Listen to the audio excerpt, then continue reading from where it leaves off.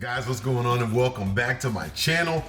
Look, there's a lot of things that have been going on and have been talked about with this Tupac Shakur case. Of course, you know, somebody was recently arrested, and you know, for a long time there's been rumors that maybe P. Diddy had a little something to do with it, but I mean, who really knows? But today we got this video saying that he admits guilt, but we'll see what actually is said. You know, there's a lot of things floating around on the internet, always information on there, and the internet's always right, never lies, but this is the Hollywood chatter, so let's figure out what's going on in this video. Guys, don't forget to like, don't forget to subscribe. Let's get into this. I wouldn't say things that I knew, you know what I mean? I believe so. I do believe so. I have proof, things that I could say that will back up my claim. Hastings' findings led him to conclude that Diddy hired Crips gang member Dwayne Keefe D. Davis to Shakur and Suge Knight. Amidst the shimmering beats and golden chains of the 90s hip-hop realm lay a story untold, a rivalry that went beyond mere lyrics. Today, the whispers of that era surround one name, Diddy. As Tupac Shakur's voice echoes from that tumultuous decade, one has to wonder, does Diddy's silence hold more truths than his words? The flashy drama of the 1990s was not restricted to music videos. Behind every chartbuster lay tales of rivalry, often amplified by the media. They did not just report the East Coast-West Coast feud. They became its playwrights, escalating individual disagreements into a national spectacle. Among these narratives was Tupac Shakur's bold claim, placing Diddy at the center of his 1994 shooting. These stories, though riveting, may have missed the layers beneath. But I mean, it's between me and him, and only he knows. So every time he say it didn't happen, or that's the only thing that makes this become an issue to everybody. Facing the demons of his past in a recent interview, Diddy was confronted about his alleged involvement in Shakur's fate. Choosing his words carefully, he responded, "Now, it was this documentary that claimed, which we know wasn't true." Yeah, check this out. We don't talk about things that are nonsense. A guarded reply, but one dripping with hints of remorse and reflections of a time gone by. But the tumultuous 90s didn't just see hip-hop's rise. It bore witness to the fracturing of a deep bond. Tupac Shakur and Notorious B.I.G., both icons in their own right, once stood side by side, their camaraderie evident. I mean, it was like Tom and Jerry. It was like you could not separate these two. You know what I'm saying? Indeed, from shared birthdays, under the Gemini sign, to discussions of personal ambitions, the two were intertwined. It was like two children in grade school that just hit it off and just hung out with each other all the time. Yet, tragedy struck when trust was questioned. The 1994 ambush on Shakur, leaving him wounded, sowed seeds of doubt. The fact that Biggie and Diddy were in a nearby recording studio that fateful night led to an open accusation from Tupac. The media latched onto this, with the rift deepening and the narrative turning from camaraderie to confrontation. When the whole East-West thing started, we were caught off guard, and that broke my man's heart. The repercussions were instant and explosive. Biggie's 1994 track, Who Shot Yeah, was seen by many, especially Shakur, as a jibe, though Biggie insisted it was written before the event. As the East Coast-West Coast rivalry deepened, so did personal animosities. Shakur's alliance with LA-based Death Row Records and Biggie's allegiance to Nice's Bad Boy Records further polarized the scene. Like when we got hit with Hit 'Em Up, I had to make the call to Biggie, and I said, we're not going to respond. Somebody's going to get hurt. In the tempestuous realm of 90s hip-hop, the 1995 Source Awards in New York City became ground zero. Reggie Wright Jr., once at the helm of security at Death Row Records, recalls the jarring pronouncement from label co-founder Marion Suge Knight. Throwing shade at Diddy, Knight provocatively declared any artist wanting to remain a star without the executive producer overshadowing them in videos. Come to Death Row. This wasn't mere posturing. It was an open challenge to Diddy's prominence. The East Coast crowd, fiercely loyal to its turf, interpreted this as an outright act of aggression. The tensions ratcheted up when the Dogg Pound and Snoop Dogg dropped the contentious single New York, New York. Many New Yorkers took... Dogg Pound? So what I'm understanding... Wait, first of all, let's just talk about how strange it is that through all that happened with Tupac and Biggie, and now Suge Knight too, because, you know, he's been locked up forever now, P. Diddy is just scot-free. He's hanging out, and I'm a big fan. I'm a big Diddy fan. But it's just interesting that all of these things happen to these different artists and different people that are all connected to this story, including Keefe D. And yet somebody is walking around promoting love and putting out like almost like he was not even ever there. I'm just saying. I'm just saying. We'll keep on going though. Big Diddy fan still. Umbrage at the West Coast rappers filming on their home turf, especially with the audacious visuals of the rappers toppling a New York high-rise. Scariest situation of my life because of the level of power that we had. It could have gone really bad. But it didn't end there. Shakir's fiery single hit-em-up surfaced the following year, taking pointed jabs at Wallace and making brazen claims about his relationship with the singer, Faith Evans. Wright noted it's still one of the top 3 most diss songs discussed in hip-hop, reflecting the depth of disrespect toward another label and their loved ones. As it should be. Diddy, always one to defend his territory, firmly stated, "I live in the East, and I'm gonna die in the East." The battle lines were etched, and the animosity had ignited a blaze that would engulf the entire hip-hop world. This growing hostility wasn't just a spectacle for fans or a clash of musical egos. It was a manifestation of deeper socio-political concerns. Both coasts channeled their narratives, aspirations, and struggles through their iconic artists. As Shakur and Biggie ascended to symbolize these divergent narratives, the chasm deepened. A poignant incident that further strained the relationship happened backstage at the 1996 Soul Train Awards in Los Angeles. According to Wright, an already taut atmosphere was exacerbated when Wallace was chosen to perform ahead of Tupac Shakur. Oh. This decision, seemingly minor in the larger landscape of things, became another spoke in the ever-turning wheel of conflict. Behind the scenes, Diddy, the brains behind Bad Boy Records, steered Biggie's ascent, blending his raw talent with commercial savvy. Justin Tinsley observes, Diddy knew how to harness Biggie's genius, making sure it resonated not just on the streets, but in mainstream charts. But Biggie's influence wasn't confined to hip-hop alone. Few knew of his secret love for country music, which subtly colored his lyrical canvases. Mopring Shakur's recent disclosures add another layer of intrigue. The startling revelation of Shakur's potential alliance with Bad Boy Records seems almost surreal, given the subsequent hostility. The ramifications of such a partnership would have been groundbreaking, potentially quelling the East-West feud. We can only speculate on the might-have-beens. Yes. An East Coast-West Coast union, with Tupac and Biggie collaborating, could have changed the very fabric of hip-hop.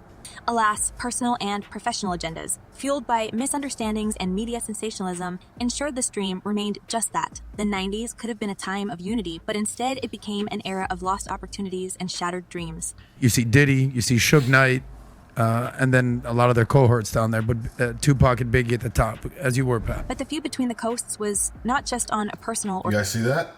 So they're connecting all these people, but just look at all these people that are dead, in jail, you know, but somebody is free running around.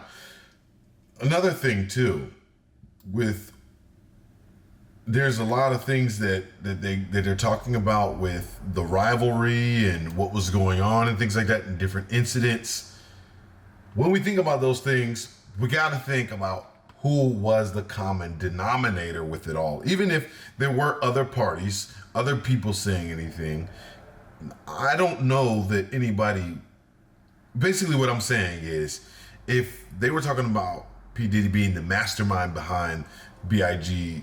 and his mainstream appeal, like he had the rhymes, but you know, in order to do something with the rhymes, you gotta have marketing, you gotta have the team to put it all together, you gotta have the brains behind it all. You can't just have good lyrics, you have to have good promotion, you have to have good marketing, you have to have good everything else. So if you're in behind the scenes doing all that good stuff, that gives you time to kind of sit back and be the playmaker on the chessboard, really, you know, moving the pieces around. Give you a lot of free time to get or not have your hands, keep your hands clean, basically.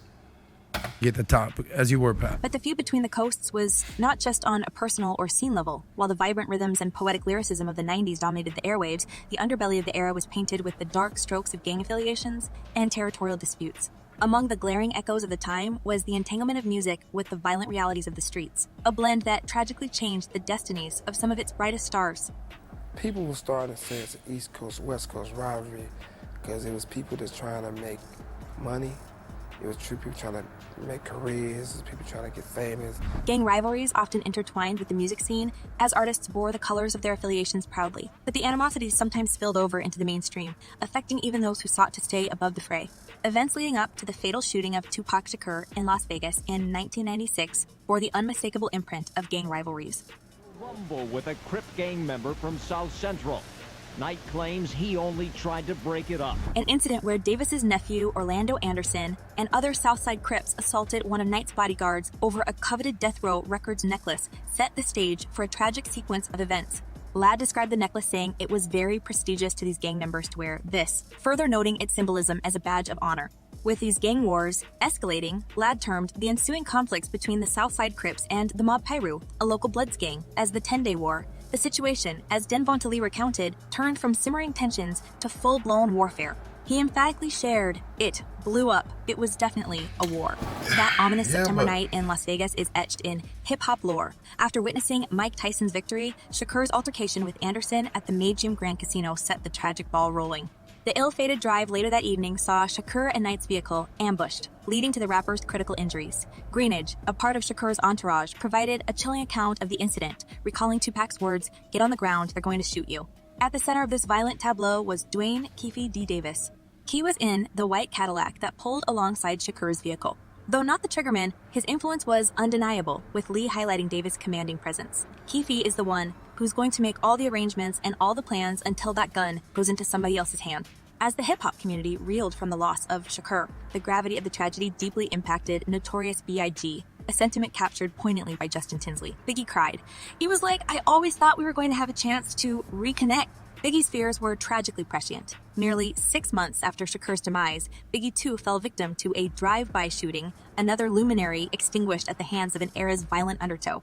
Pac is a strong dude, yo. I know dude, you know what I'm saying? He's real strong. So when they was like, he got shot, I was just more like, again? The rise of Diddy is intrinsically linked with these events. His silence, juxtaposed against the clamor of the 90s, seems almost deafening. Was it a reflection of a man troubled by conscience steeped in the blood and rivalries of the past? The shimmering lights of success often cast long shadows, and for Diddy, the specter of the 90s and its tragic crescendo remains an inescapable part of his narrative. Perhaps there's a weight to his billions, a burden of untold stories and unsaid truths. The golden age of hip-hop was as much about its dazzling luminaries as it was about the darkness that consumed some of its brightest stars. And Tupac's a legend. Like I said, Tupac wasn't born, he was sent to us. Amidst the swirling speculation and fervor of the era, fans haven't shied away from expressing their own theories, suspicions, and emotions regarding the role of Diddy in the overarching narrative. I don't know for sure because I wasn't there, but I believe Puffy most definitely had something to do with Pac's assassination. Whether it was directly or indirectly, one particularly fervent fan commented, "The impassioned nature of this perspective seems to reflect a broader sentiment of suspicion." Another sharp observation we came across underscored the silence of Diddy's legal brigade. I do find it a bit interesting that Diddy, with the help of his highly qualified lawyers, has yet to take action in court by suing those people for their false claims. Unless, of course, he'd prefer not to out of fear of being exposed in the process, the fan remarked. Right. It's an insightful point highlighting the dichotomy between Diddy's outward dismissal and his lack of litigious pursuit against those supposedly peddling falsehoods. It's almost like if you ignore it, he thinks it's just going to go away. The problem is, it kind of is going away. Every time, it's working. So that's why change up the formula, I guess, if that's what's working for you. Ignoring it, not speaking out about it, is making it kind of go away every single time. Because we see it happening year after year. Somebody else gets arrested, more information comes out, things connect, ignore, and now we're not talking about it anymore. Now there's something else to worry about. All in all, guys, what I'm gonna say, I'll let the video finish, but I'll finish what I was saying in a second. Stick with me. In the end, while individual fan opinions vary, a general consensus seems elusive. There's no uniform viewpoint, and while many harbor suspicions, others remain skeptical or neutral. The golden age of hip-hop, with its radiant triumphs and debilitating tragedies, continues to enthrall, confound, and divide the very audience it once united. As we reminisce about an era that changed music forever, we're left with more questions than answers. Why do you think Diddy has chosen silence over confrontation? Do his hushed responses hold the key to unlocking some of hip-hop's deepest mysteries? Let us know in the comments below. We're eager to hear your perspective on this epic saga. Keep speculating, keep debating, and most importantly, keep the music alive. Peace out.